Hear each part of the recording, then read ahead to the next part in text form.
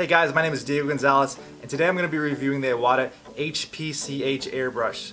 So I'm checking out one of these bad boys, and I'm going to actually do a little demo of me airbrushing a part of a portrait. So I want to really test it out and see how well it paints, and the advantages from having one of these to the advantages of having just an Iwata Eclipse is what I've been using for so long. So this is actually my first time ever using it. I've never tried one of these, and I just want to just give you my professional opinion as an airbrush artist for over 14 years, and just check it out. So it's an Iwata Eclipse HP CH airbrush.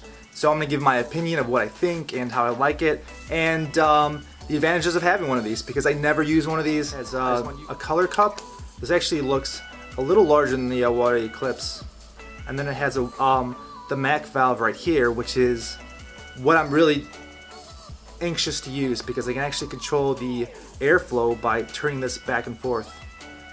So this actually has like a larger diameter thread, which gives you extreme control like when you airbrush, and pretty much there's a stronger tightening on it onto the airbrush, and ensures like better centering of the nozzle when you screw it onto the airbrush body.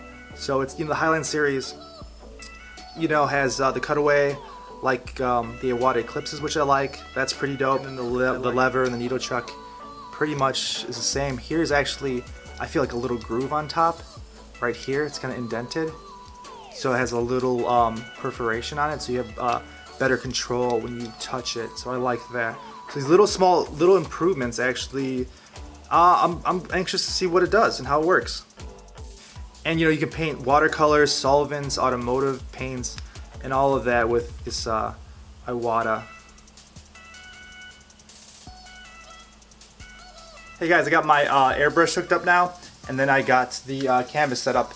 So I'm actually going to do a detail of an eye. So I'm airbrushing like all the little wrinkles and folds in there to show you how well detailed you can get with this gun, and also what I think of how it performs. Alright guys, so I added some Pain Gray in my color cup, and let me do some work on it and see how it works.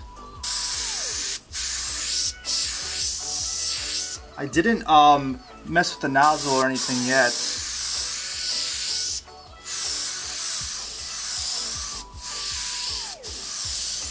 So I'm doing some light strokes on here.